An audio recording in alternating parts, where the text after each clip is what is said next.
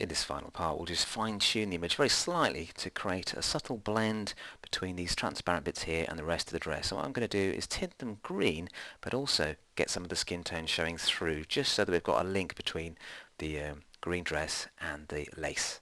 And to do that, I'm going to duplicate the layer like so. I'm going to get the color replacement tool. I'm going to hold Alt just to get the sampling brush, click to sample part of the dress there.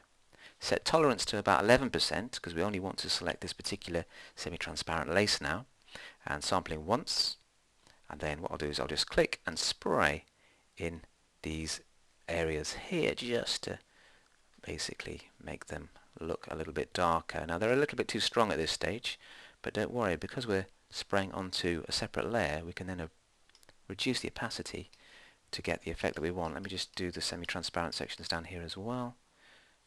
And just tint the lace a very strong green at the moment, and we've got total control with this tool, because what we can do now is go to the layer, reduce the opacity until we get exactly the blend that we want. So there's a hint of green there showing, so we can see the skin tones below, and it just kind of links the dress's main texture with the lacy texture more effectively to create a uniform colour. But we've still got a range of tones here as well, so it's not just a simple one-tone colour. We've got shadows and highlights, because colours change to be darker and lighter depending on whether they're in shadow or in highlight. So there is our finished colorized dress.